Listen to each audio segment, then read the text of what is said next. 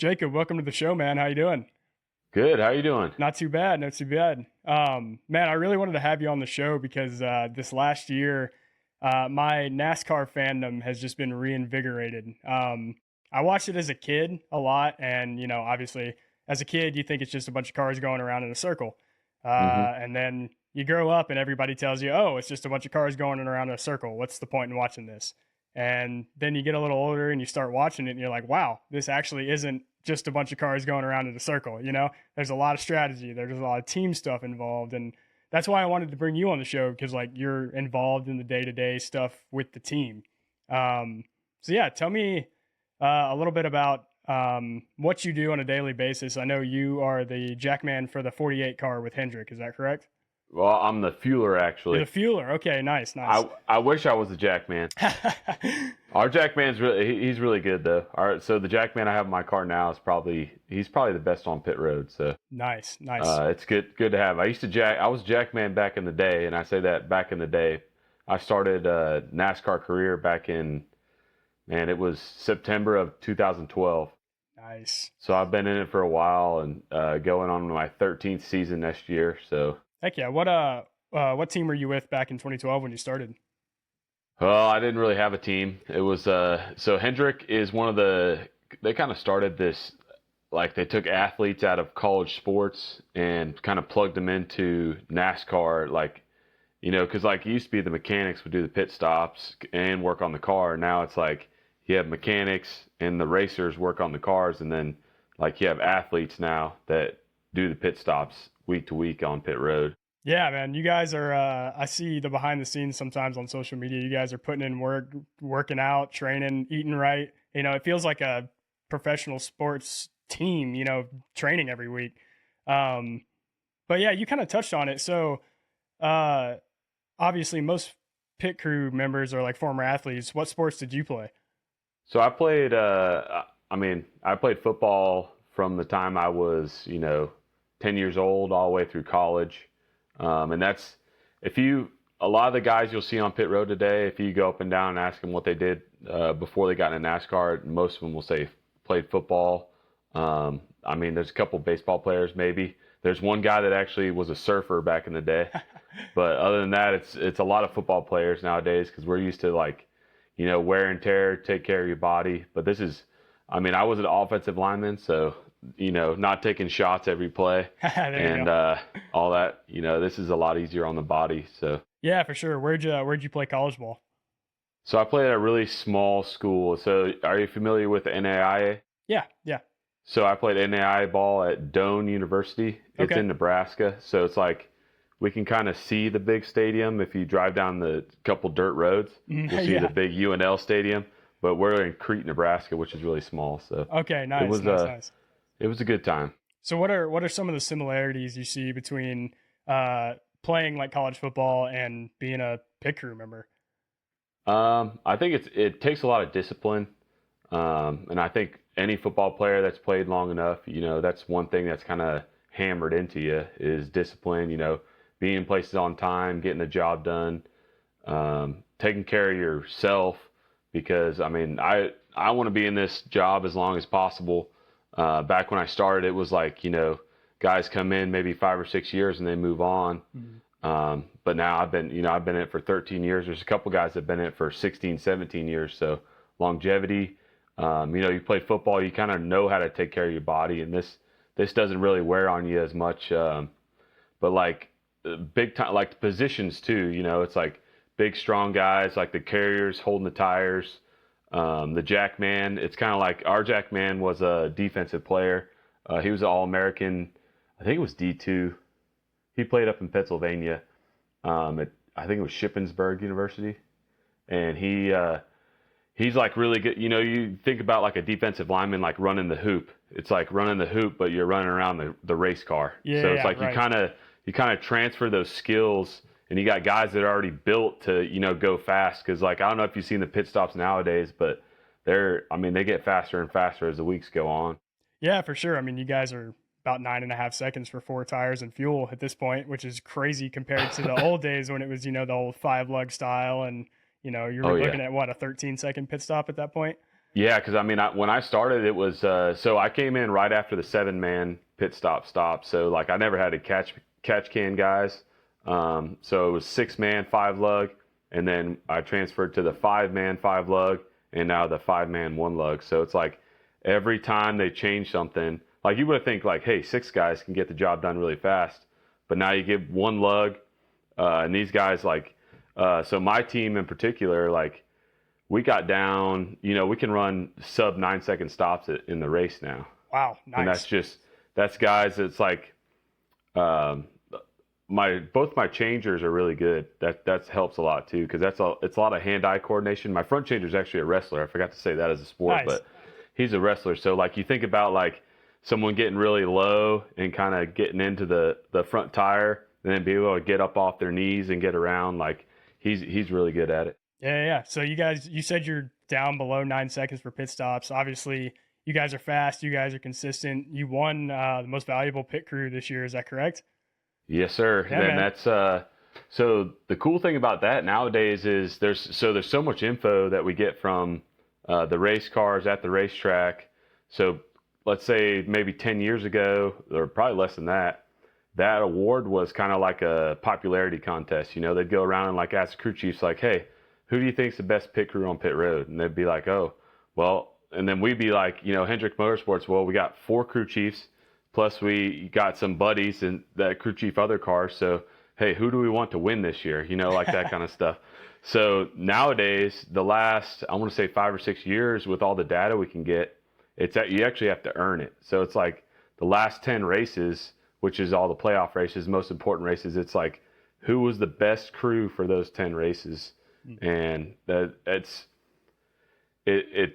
good and bad, because there's a lot more road courses and super speedways and it's hard to have pit stops there, because like let's say they don't count like fuel stops, which is what I do, because fuel's so slow nowadays, Right. compared to lug nuts and changing 4 tires. Like the fuel system's a lot slower than them. So taking all that, take the speedways out, take the road courses out. I mean, I think we were ranked in like the 20s with like 5 races to go. And we went from, let's say, I think we were around 25th to 28th, all the way up to first place after Martinsville going into Phoenix. And then Wow. just had a good day in Phoenix, or a good enough day in Phoenix to keep it. Nice. You mentioned all of the road courses. Obviously there's been a lot more road courses added to the schedule in the last few years. Mentally, how does that affect you? Because I know on some of the road courses you're fueling from the opposite side of the car, and so how does that affect you mentally? For me, it's good, because it kind of keeps my job relevant. Because there's some tracks we go to. You think like a Darlington racetrack, or like some of those tracks that chew up tires.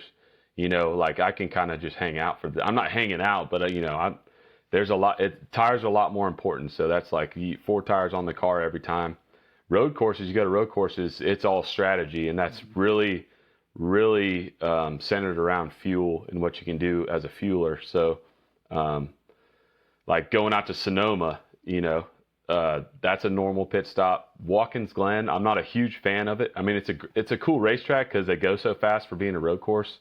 But I like to go into it because I feel like it's almost like the same thing as super speedways. It's like I go into it like, hey, I got to have a good day, because everything I do is going to affect the race, like the whole outcome of the race.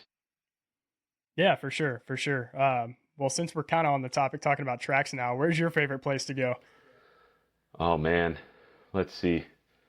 I really like. I've always liked Indy, Nice. just because it's like the history around that racetrack. Obviously, we've been racing at the road course there, the oval.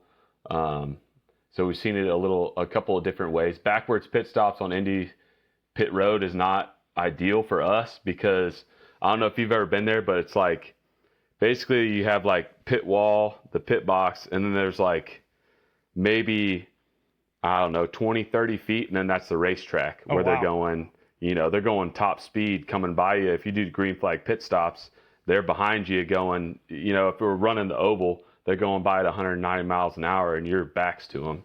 So it's kind of uncomfortable. And then we go to the road course, and then they go backwards. So it's different for the drivers. And these new cars are a little different with their steering. So it's kind of tough for them. to get in the pit boxes already. But then you go backwards, and they only do it, Watkins Glen, Indy Road Course was the last one. I'm not sure. I can't remember what Mexico City's going to be, but that'll be a fun one. That'll be interesting. I don't know. I've been to Mexico one time for my honeymoon, and that was it. So it'll be a cool trip. But I'd say my favorite places, I like to go to Las Vegas, just because, I'm not a huge gambler, but it's just fun to be in a place like that, because it's like the energy is always like way, way up. But I love Bristol Night Race. That's like, it's like one of those races as like football players, you go into it and you're like, big stadium, the lights are on, it's full of people. It's like it's so loud. So it's like, it's a cool place to be. It's like one of those places where like the national anthem, like you get goosebumps every time. Like I've been going there for 12 years, and I still get goosebumps on the national anthem, because it's awesome. Oh man, absolutely. I mean, you walk in there, like you said, it's like a stadium. As a former athlete, man, like it's time to go. You're under the lights. I get it. Oh, yeah. I played football as well, and yeah, you get under the lights, it's like, it's go time, baby. Let's go. Oh yeah. And that's like, I love night races too. We don't have a lot on the schedule anymore. Right. So it's like, when we get those night races, it's a whole, like you said, you play football, like you remember like those high school days, Friday night lights, playing under the lights, all the people, like the energy, like it's just different feeling. Oh yeah, absolutely. Absolutely. Kind of a little transition here, but, NASCAR said that they're working on having a new manufacturer next year. Obviously, nobody knows for sure who it is, and even if you do, I wouldn't ask you to tell me. But how would adding a new manufacturer push you guys to try and be better? Man, yeah, I'd say that's above my pay grade on that kind of stuff. That it gets it comes down the pipeline. But I guess for us, it's like, you got Toyota, you got Ford, and you got Chevy right now. So it's like, it's always been like that consistency. You had Dodge back in the day, which was like, Dodge was cool. I wish they were kind of still in it. Who knows what the next one's going to be? Because it's like, NASCAR's always trying to push, for the future. Like, let's make something different. Like, how are we going to keep fans coming back? So a new manufacturer, like, I guess it'd be good to bring some excitement, maybe something a little different. If it's like a Honda or any of those other guys that run like Indy cars, or, I don't think it'll be like a supercar team. Like, it's not going to be like a Ferrari or like a McLaren, but right. Just anything like that. Like, I guess NASCAR is all centered around people being able to see like the cars they drive every day on the road out on the racetrack, because stock car racing. So right. Yeah, I mean, if I had to guess, it would probably be Honda, but my shot in the dark is maybe Nissan, but who knows? We'll see what happens. It'll be interesting to see what happens, because I know like the whole premise of this new race car that they came out with was like, this is the most changes they've made to a race car in like one shot. So it's like, we're still trying to figure stuff out, because us as a big organization, we have a room of 100 engineers that are full time just trying to make the car a little bit better, because these cars are so close nowadays. So it's like, the best thing you have is your resources, and it's a lot on pit stops, honestly. Right. Nice. Moving on a little bit here, but walk me through your schedule on race day. Like, you wake up, you leave the hotel, what next? So we always go, so it used to be when I started, we get to the racetrack like 6 or 7 hours before the race starts, which is like, that makes for a really long day. Yeah. Especially when it's like you're in Texas in the middle of summer, or you're somewhere where it's really hot. Nashville has actually become the hottest race we go to, but nice. Which, yeah, it's fun. But we get to the racetrack. We always go, you go eat, because you're athletes, you got to fuel. So we go eat. They always have catering for us at the racetrack, so we'll go eat breakfast, go out to pit road, set up our pit box, get all the tires out there. We always got to do our tire prep, so the changers will go do the tires, and then me and the jackman and the carrier will do a lot of the, like, the pit box setup. So like all that stuff you see behind pit wall, like, we're responsible for all that. So we'll set that up, get the banners up, and then it's just kind of like getting ready, for race time, which is like we'll have a team meeting about an hour, 15 hour, like, yeah, I think ours is usually about an hour and 15 minutes before the race starts. And then you just get suited up. Like you got to think like you're in a locker room, we're in our hauler, you get your fire suit on, you get ready to go. I'll go get fuel. Everybody else will go out to pit road. We drag all our extra or last minute equipment out there, and then you're just ready to race. Nice, man. Dude, it's crazy how similar it is. I used to work in the music industry. I was touring every weekend.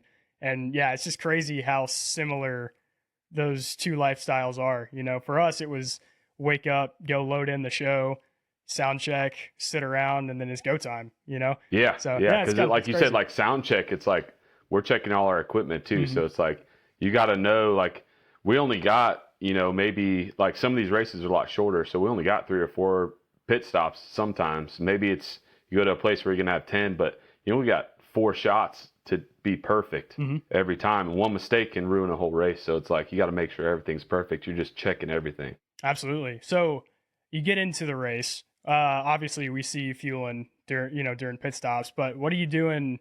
What are you doing in between those pit stops? So I'm fortunate enough to be on, you know, like I'm on a big team, Hendrick Motorsports. So we got a lot of stuff that we can look at, which is almost probably too much stuff to look at. But I'll be like, so I have to I'll weigh the cans before and after the stop. So I know, like, I can send that to the engineers. So we know how much fuel got in the car. And then we're just kind of like reloading, like the carrier will go grab the next set of tires. Jack man will check his jack, make sure the handle's tight in case, like, because you never know, like, if something quick's going to happen. A tire blows, maybe, you know, hopefully we don't have a loose wheel, but we have a loose wheel. We got to, you know, that's a quick transition to go from what's on the car to the next set, because you don't know maybe which one's loose. So it's like, we'll do that. And then we actually go watch film. So we have like all the changers on their helmet have a live feed video camera. And then we have one on the pit box. So we can go watch the pit stop right after we did it. Because every racetrack's a little different with the surface and what we got to deal with. So it's like, we'll go watch the pit stop. We'll tell the driver. Alex has been really good the last couple of years at actually coming in and stopping right on the mark. So that's really important for us nowadays. So it's like, if he's not stopping maybe where we want him to, or he can make it a little easier for us, we'll go talk to Blake, our crew chief, and be like, hey, tell Alex if he can be like 2 feet longer on the next stop. Like, you're always checking to try to kind of get ready for that next pit stop, because it could be, you know, 20, 30 minutes before you get your next stop in. Right. So, wow, that's crazy. You guys the video is pretty much instantaneous, right? It just uploads to a cloud, I'm assuming. Oh, yeah. Yeah, so like those guys, like our crew chief, if he wants to, he can sit there. He watches the whole pit stop over the top of, like, he's got a bunch of screens up there too with all this data. But he watches the pit stop, helps Alex get out of the box, and the spotter takes him. But like, if he wants to, he could sit there and watch the entire pit stop on all the cameras, like as it's going on, and make sure everything's perfect. So wow. It's like it's really helpful. Yeah, you guys have your own little broadcast crew going on over there. Oh yeah. Nice. It took us a little bit to get it figured out, but now we kind of got a good system going on. We actually use DV Sport, which is actually, you know, they started in football, so it's kind of easy for us. So we'll have like our engineer from up on top of the box will come down and like press record, and then he presses stop, and then we have that like the exact amount of time that pit stop happens, so we can go, like, so you're not wasting time like combing through a bunch of film. Right. You just go click a button and you're right at the beginning of that pit stop. That's crazy. Yeah, I didn't know you guys did that. It's pretty awesome. So obviously you guys travel a lot. What is it, 28 weeks out of the year? It's actually so it's 39 weeks. 39 weeks. Oh wow. So there's 39 weeks of racing. 2 of them are in Charlotte, and then we got like Martinsville that's close. And Darlington that's close that we'll drive to. But other than that, we're on a plane. Yeah, man. So how's the body take traveling all that much, or all the time? It's I mean, you kind of get used to it. Like we're fortunate enough, like we fly on private planes, so like you don't have, like, we're not sitting in security lines at the airport for an hour or two and then getting on a plane full of people. It's like we go to our hangar at the airport. We got to show our ID because that's just what you got to do. And you hop on the plane. It's cool now because so the road crew will travel out a day before us, and then they'll send a plane back and pick up the pit crew because we pit on Saturdays too. So we'll actually do the Xfinity Series on Saturday and then Cup on Sunday. So it's like, you're sitting there. I'm a bigger guy, so they give me 2 seats, so I can kind of stretch out. But you learn kind of what you need. You're always trying to stay hydrated because they always tell us like every hour in a plane you need to drink a bottle of water. So like when we're flying out to Sonoma, we don't go to Fontana anymore, but like Sonoma, Vegas, Phoenix, where we're in a plane for 4.5 to 6 hours, you're just trying to keep your body right. And then you got to deal with the time change when you get there too. So like you're trying to stay on the same rhythm, but then you're like, I'm waking up in Vegas at 5 a.m. Yeah. And the sun's not even up yet. Now I'm like, man, I should probably just go walk around somewhere because I can't go back to sleep. So Right.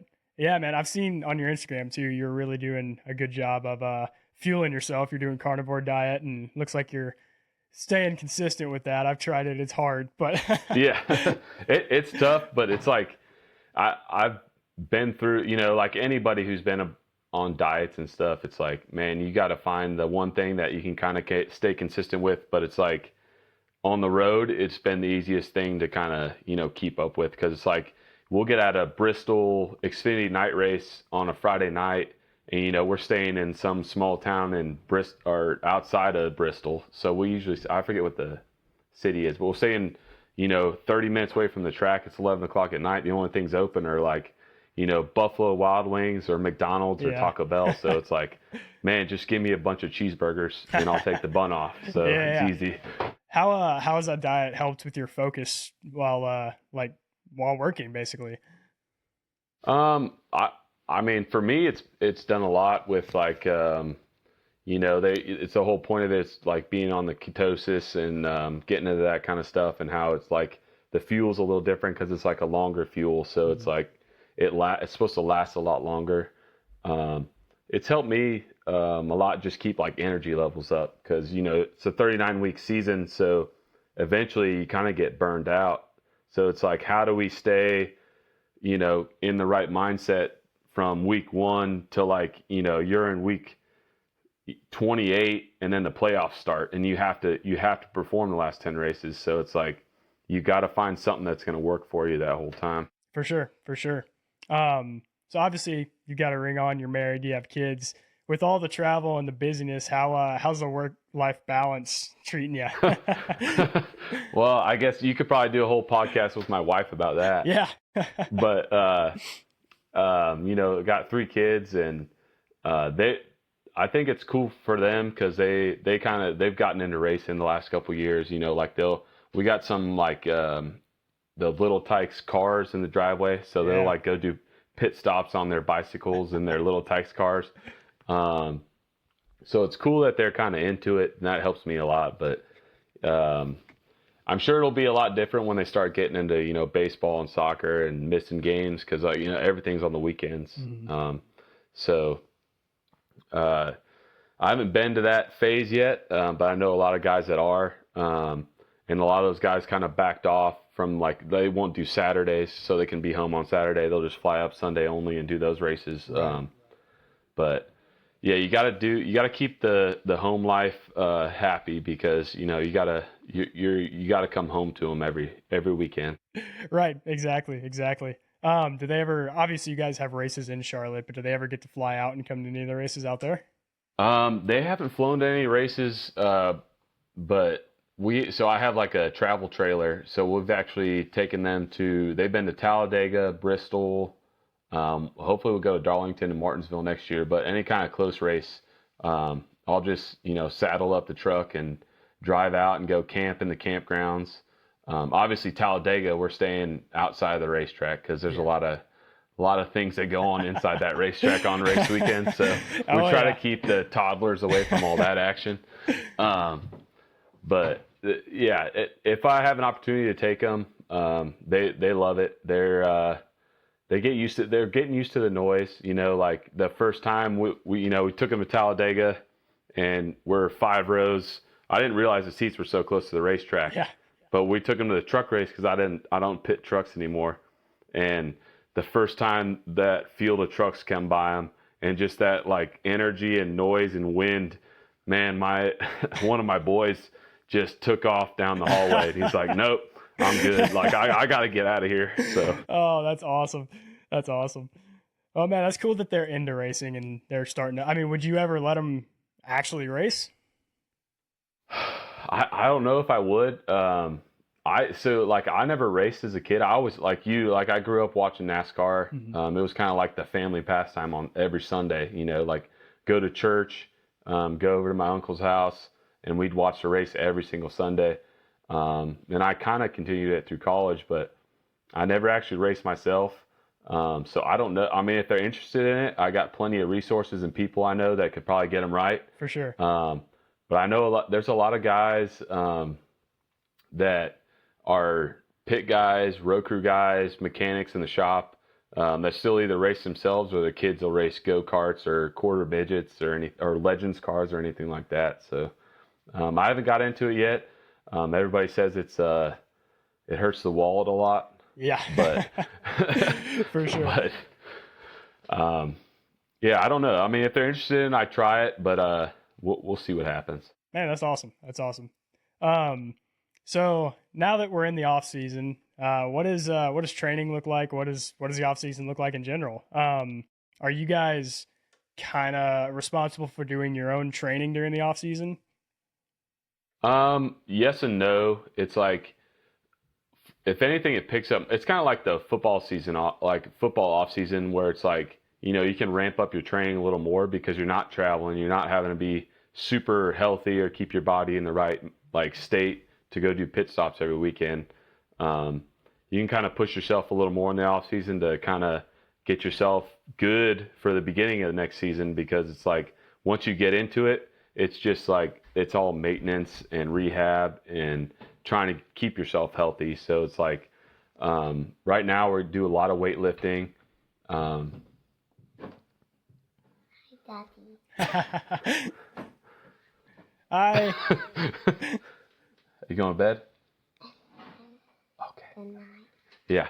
So yeah, hanging out with the kids a lot more. We'll do a lot more training. I try to do some at home, just so I don't have to leave and go to work, because obviously we have all the training facilities at work, weight room, rehab, like, you know, cold tubs, hot tubs, all that kind of stuff. So you want to, like, the first couple of weeks, you get your body back right, and then you kind of push, because our off season really isn't that long. You know, you got to think about, like, we're done this year. We were done the second week of November, and then we're back racing in February. So it's like you have part of November, which, you know, there's Thanksgiving, family holidays, travel, and then you get to December, January, and then by the end of January, you're ramped up, ready to go, you know, racing again. So it's not a lot of time, but it's enough time to just kind of reset. Like, we'll take all our equipment. Like right now, we'll take like a pit box that's on pit road. We have that thing just gutted, all the doors off, everything like that. We'll get the paint refreshed, get all the new equipment, restock the drawers, everything we can do to get ready for, you know, brand new race season. Because, you know, like, that's the thing about NASCAR. It's like you go to Phoenix and you get that text from your buddy where it's like, hey, 99 days till Daytona, and then we're right back in it. So right, it's like right. Yeah, not a ton of time off. No. Well, man, obviously I am stoked for next year's season. I'm ready for it to start now. You maybe not so much yet, but what are your goals for next season? I think for us, it's like, you know, our team, obviously we had our troubles in the playoffs with post-race stuff. And it's like, you know, we had so much momentum going into, you know, like the end of the season, we were kind of down, and then we got to the last 10 races, and it was just like every week it was like, man, we're just cranking along. So you have all this momentum, and then you get knocked out of the playoffs, and then, you know, you just kind of like, that's the thing that stinks about racing and not like football. You know, football, those guys get to go home and they get to, you know, their off season starts right there. We still got to go race the guys that beat us, and, you know, we can't race for a championship anymore. So, I think for us, it's like we're really excited to take what we had at the beginning, the end of this year, and put it into beginning of next year, and go out and win races, compete every week, stay in the top 10 every race, top fives, take like, because you want to go out there and you want to win every race, but statistically you're not going to do that because it's hard to win races because there's a lot of guys that are really good, like just our teammates, we got to go race Kyle Larson every week. So right, it's like,